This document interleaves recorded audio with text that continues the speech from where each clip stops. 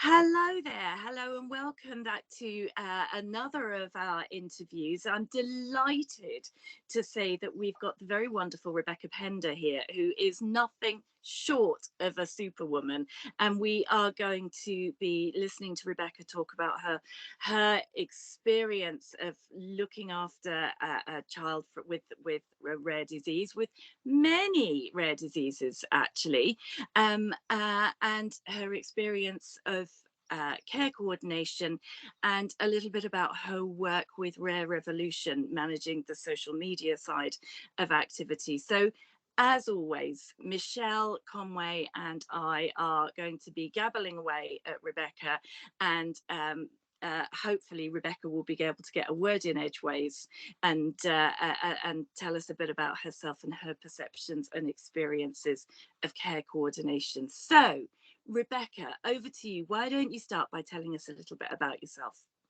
Thank you.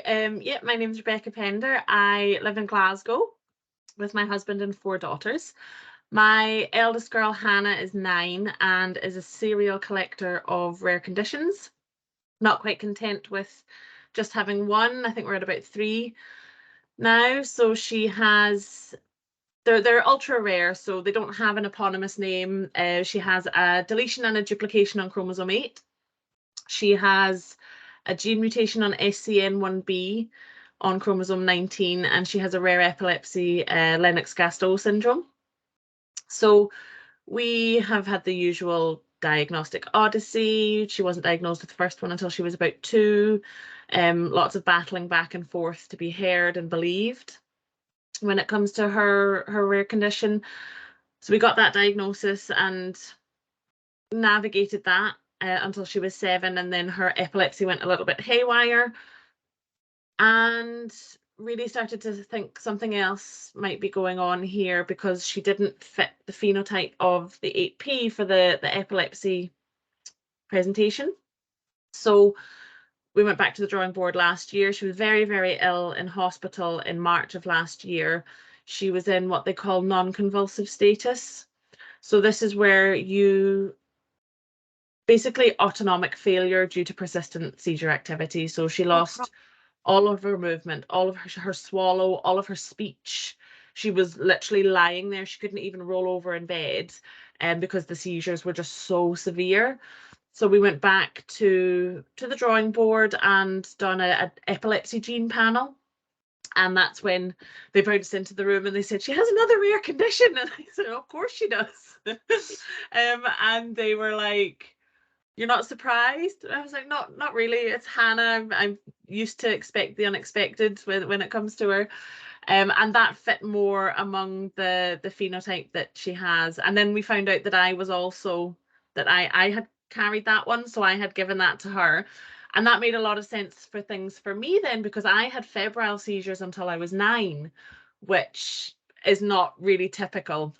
So the SCN1B covers what they call GEFS plus. So it's genetic epilepsy with febrile seizures plus, and it does have a tendency to run in families, and we have quite a strong family history of febrile seizures. So a lot of things sort of clicked into place. But additionally, it also clicked into place that one of the medications that she was on is a sodium channel blocker. And the SCN1B gene mutation is a sodium channelopathy. So they were fighting against each other. So that particular drug was actually causing all of these seizures, causing the non-convulsive status. And now that we had this genetic information on the second time round, we were able to stop that medication. And within 12 hours of stopping that medication, she sat up in bed, giggled, and pointed to get out of her safe space bed in the hospital. So it broke the non-convulsive overnight, Wow. halving this medication. Yeah, it was really stark. Wow. And we've battled since, lots and lots of seizures. She had over 550 tonic-clonic seizures in 2021. And we thought we were onto a good thing. We done Christmas in January. She only had 2. And we thought things are going great. And in February and March, she had 200 of them. And now she hasn't had a single one in April. We are 3 weeks seizure free today. So it's, you talk about roller coaster. We go from crisis to calm, crisis to calm, crisis to calm, and really trying to navigate the ups and downs with another 3 children in tow can be a bit heavy sometimes, but it's not all bad.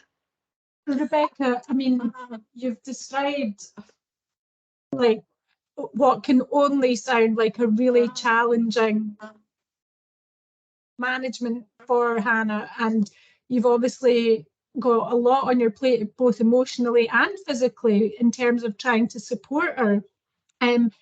What does day-to-day care for Hannah look like? You know, what's your day-to-day care for Hannah like? Hannah's an early riser, and when she's well, she likes to be up with the birdies, and it's about 5 o'clock.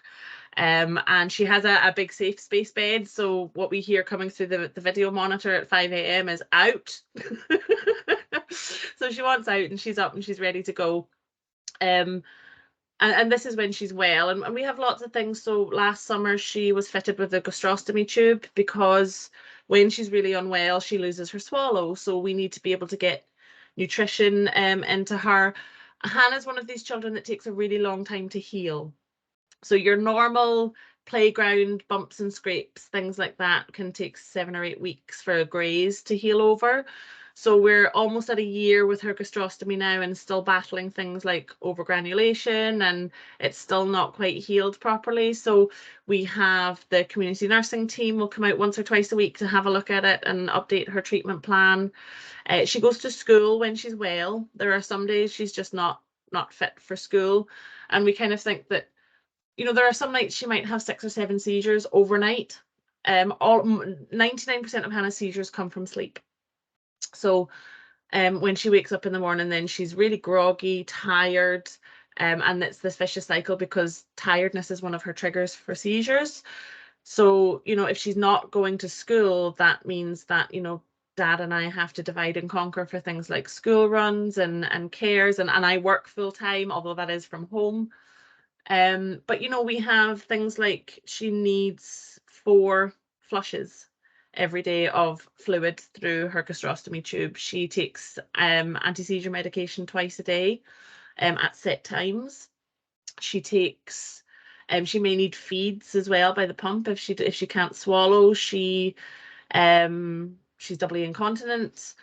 She's non-verbal at the moment, so she had about 60 words, and she lost all that last year. So now we have out and juice. But she's very vocal, so she likes to be known that she's in the room and that she wants something, and will take you hand over hand. But it's intense. It is intense. And then you have 3 other children who are all younger than Hannah as well. So I have an almost 2-year-old, an almost 5-year-old, and a just turned 7-year-old as well. So there's lots going on. It's a very busy house. Everybody needs to be somewhere at some time, or needs a helping hand. So it can be really, really intense. And it's funny because the children they don't have trauma from Hannah's seizures. They are so used to seeing them, and so used to witnessing them and seeing Dad and I calm during them, that they don't. My 7-year-old will barely glance up from her tablet and say, "Mom, Hannah's seizing," and we'll just go straight. They don't panic, but they also have lost days out and changed plans, and can you wait a minute, I'll help you with that, but right now I need to deal with Hannah. And so that can be hard for them, and you don't always realize how much.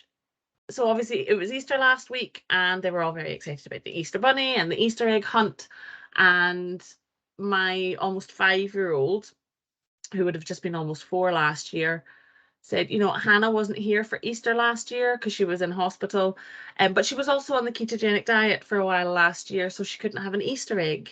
So she had to get a bunny teddy instead, and make these allowances. But she'd remember that, and they were more excited about Easter this year because Hannah was going to be there.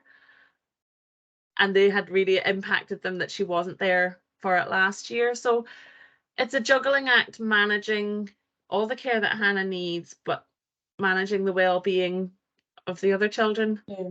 It's like the emotional well-being of them as well, and letting them know that it's not that I don't want to help them with something right now, but Hannah's not breathing because she's in a seizure. So kind of have to do a priority list at this moment.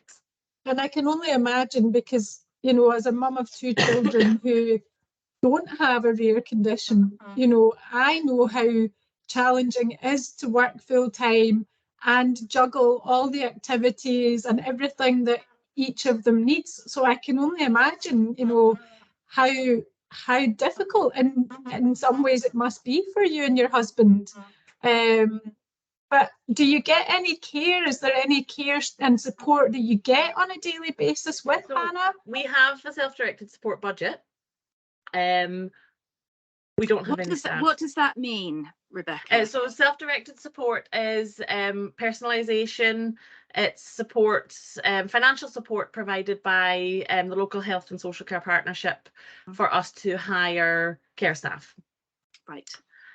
We had a girl last year, but she became unwell herself, and we've not been able to replace the support since then. So we keep advertising, and we have a healthy budget to have care staff in, but that we just can't get the staff. So we've been allowed to use our self-directed support budget to pay for my mum. My mum lives in the Republic of Ireland.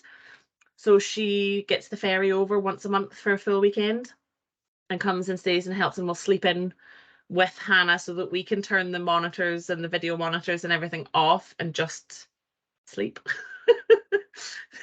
just get a full uninterrupted, you know, 6-7 hours sleep, because on the nights where she has really bad seizures, she can seize hourly. So you go, you deal with her, that takes 10-15 minutes, you go back to bed, you fall back asleep, and she's off again an hour later. So this last 3 weeks actually has been really refreshing, because we've managed to top up on sleep and have fun and get days out and things like that. So recruiting staff is definitely an issue. I think the last 2 years of the pandemic has made a lot of people change track with what they want to do with their lives, and a lot of people are leaving the care sector, which is making it very, very difficult. And you must be at the hospital a huge amount of time as well. I mean, how many specialists have you got, Rebecca? We are under neurology, we are under cardiology, we are under optometry, the surgical team for her button. We see physio and OT. We have social work involvement in terms of a disability social worker. So not that there's any, you know, worry about her care, but it allows us access to things like the self-directed support.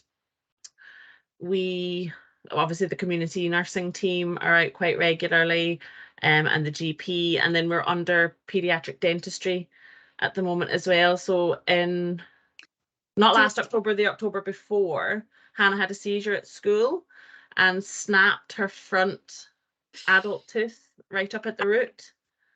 No response from her, no pain response from her, which is, you know, this is the thing with rare diseases. We have very different reactions to things. So no pain response. So she got that repaired surgically, but it hasn't quite. So she had to be put under general anaesthetic to deal with the repair, but it hasn't quite gone too well. So at the moment we're waiting. This is why you know, a rare disease nurse coordinator or a coordinator is so important. So Hannah needs to go in to get a loop recorder fitted for her heart for the next 3 years to monitor with the sodium channelopathy, because it has impact on the heart as well. She can't go in to get her heart surgery done until she's dentally fit. Or, you know, it's not heart surgery, it's to get this loop recorder fitted, but she has to be dentally fit before they can do that. So we went to our community dentist, and because Hannah's non-verbal and has a severe learning disability, they class her as uncooperative in community dentistry. And it's not that she's uncooperative, it's just that they can't get a good look because they don't have the training, they don't have the resources. Hannah needs to be knocked out basically to get a good look. And so they had to then put in a referral to paediatric dentistry and the maxillofacial team at the hospital. So they put that referral in, but it went to the wrong place. So then it had to go back to the right place. Meanwhile, we got an appointment in for the loop recorder for the 7th of April. Fantastic. Eventually got the right dentistry team to have a look at it. They sent us the appointment for the 25th of April. But she needs to have the dentist appointment before the loop recorder. So now we've got the dentist this Friday, but we had to get back in touch with cardiology to say, you know, we can't do this until we've had the, but equally, when we go to this dentist, it's going to be another appointment then for her to go under general anaesthetic to get this fixed. And then when she does get to go in for her loop recorder, we then need to coordinate with the gastro surgeons because she needs her button changed. So they're going to do it all together while, I mean, they do coordinate very well. So when she needs an eye test, she won't tolerate the drops or the actual eye exam. Yeah. So what they do is they wait until she's going in for general anaesthetic for something, and then the optometry team teams up with whatever team is doing the procedure, and they will do her eye test when she's under general anaesthetic. And that's been a real help. Rebecca, who lets them know that all these procedures are happening? So there's nobody that's there supporting you to coordinate that. It's great that they come together at those points and absolutely makes so much sense. But you are responsible for making all those calls and following up on all those appointments and making sure. I mean, any of us who knows, if you're trying to follow up on an outpatient appointment or an appointment, I mean, that in itself is a full-time job, and you're having to do that over and above your full-time job. Yeah. So and from your once both departments know what's going on and there's a date, they're very good at coordinating that amongst themselves and making sure that the people are there. But that initial making sure that cardiology have written it in their report that they're going to do this loop recorder, making sure that the surgical team have said when she's going in for a general anaesthetic, please let us know, and having all that written down somewhere within her medical her medical logs on the computer, so that they can go back and see that the other department has agreed to it. But that still takes a lot of admin time from my side. And things like when we go into hospital, there's Glasgow Children's Hospital has 2 safe space beds, which Hannah needs to be in a safe space bed when she's in hospital, and it's really hit or miss. You know, you'll go into hospital and be like, they'll say we don't have one, and I'm like, yes you do, you have to. You know, so even just having somebody there to say, look, we've been admitted, we need to know where this bed is, we need to make sure that we're on ward 3A, we're in the neurology ward, but she has an appointment with her she can't leave the bed, she's on a 24-hour EEG or whatever it is, but we have an appointment with this clinic on this day in the hospital, we're likely still going to be here, is there any chance they can come up to the ward? Somebody that can coordinate that and just make sure that the staff know what's going on for Hannah and know what she needs, because sometimes we just come across as pushy parents rather than actually knowing what's going on and knowing what they need. Do you find people feel threatened by you?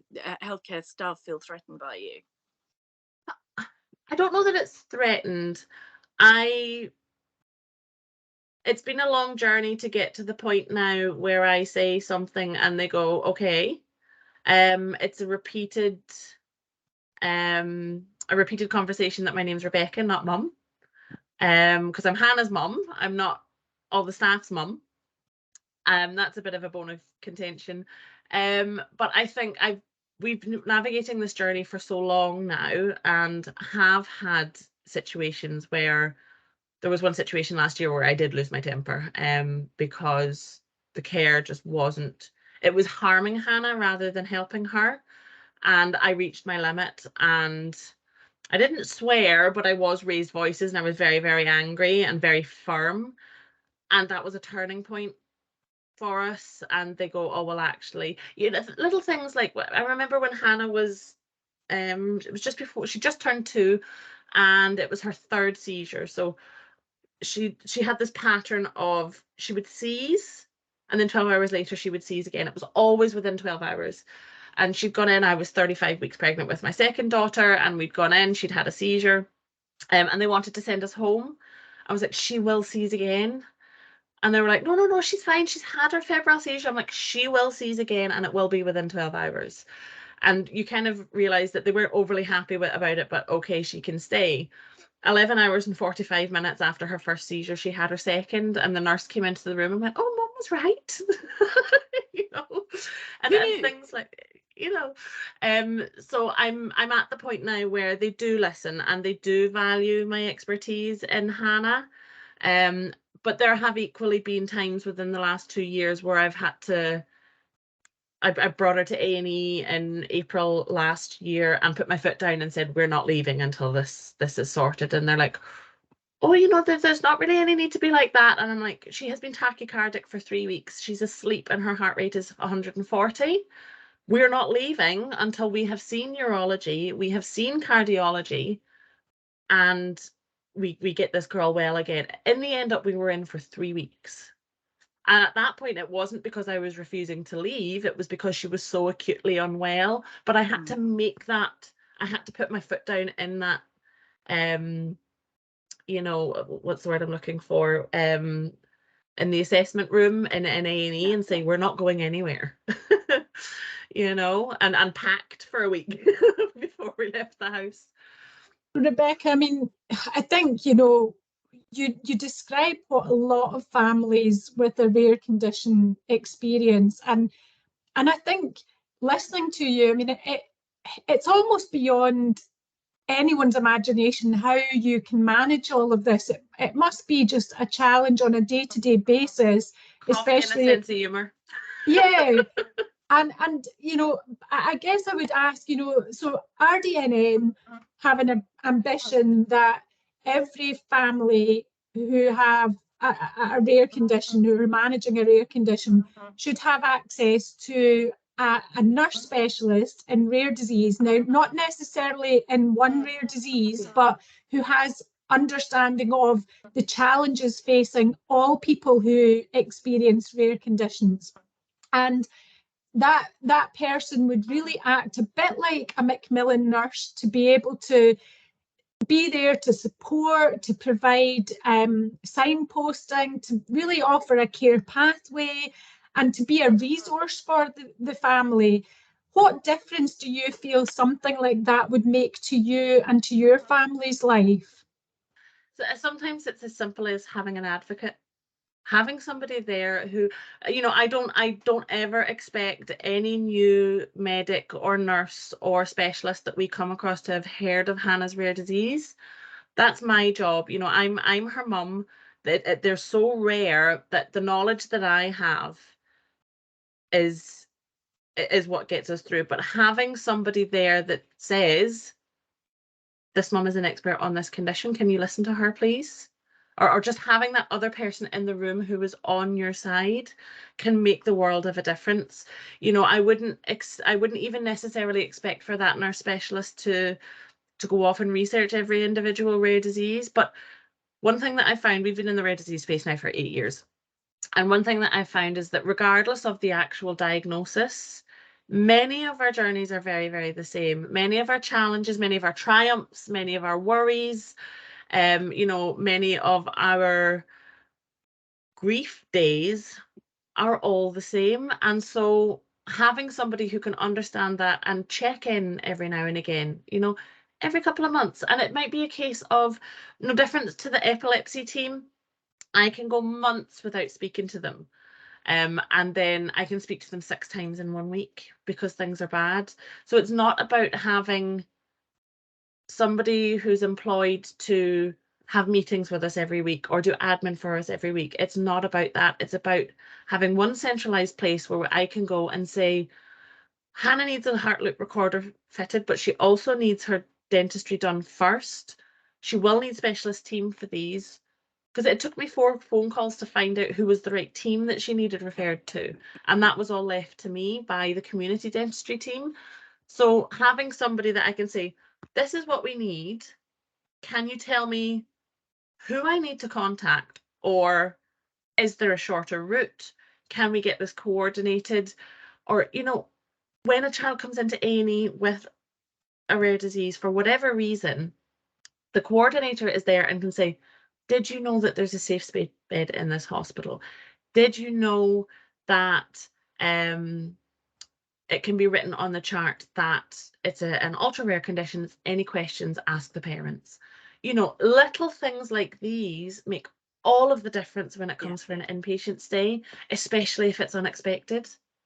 And even just having a care pathway in her notes that almost like helps to signpost a lot of that, and that if there are any questions, that the staff know that they could contact a rare disease nurse specialist, even if she's not on duty at that particular time, but you know, to have that ability. It's the little thing, like for example, when Hannah went in for her peg surgery last year for her gastrostomy, she was really, really distressed when she came around from the general anaesthetic. We were in the recovery room and she was very distressed, very angry. She was trying to pull at wires. She didn't know what was going on. She felt horrific. And it was just really, really, it must have been really, really scary for her. Now, she can't articulate that to us, but it must have been horrific. So the recovery staff phoned up to the neurology ward and got them to bring down her safe space bed because she was at risk of falling out of the bed. As soon as they brought it down, we lifted her over into the safe space bed and she just went, ah, and she went to sleep. So she knew that that safe space bed was her comfort place while she's in hospital.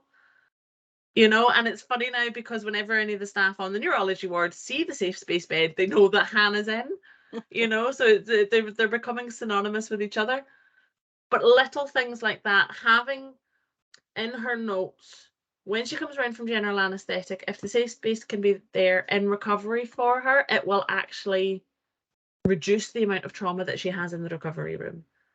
And we don't always get listened to. And this, please don't think that I am in any way, you know, blasting our NHS. They have saved Hannah's life on countless occasions. We have been inpatients for weeks at a time and been incredibly well looked after. It's not a criticism of any of the care that we've received, but there are things that can make that much, much easier.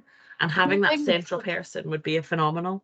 I think, interestingly, Rebecca, we ran a survey of nurses in Scotland and asked them about what they felt care coordination for rare conditions would look like.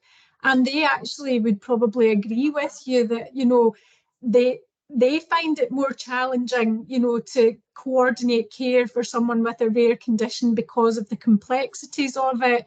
And they would probably like access to a sort of centralised resource point where they could access information. And so in actual fact, you know, I think that a lot of the staff would probably agree with you on your comments. I completely agree with you, Michelle. I think when, as a healthcare professional, as a nurse, when faced with a patient with a rare condition that I have absolutely no knowledge of, the first thing you think is fear.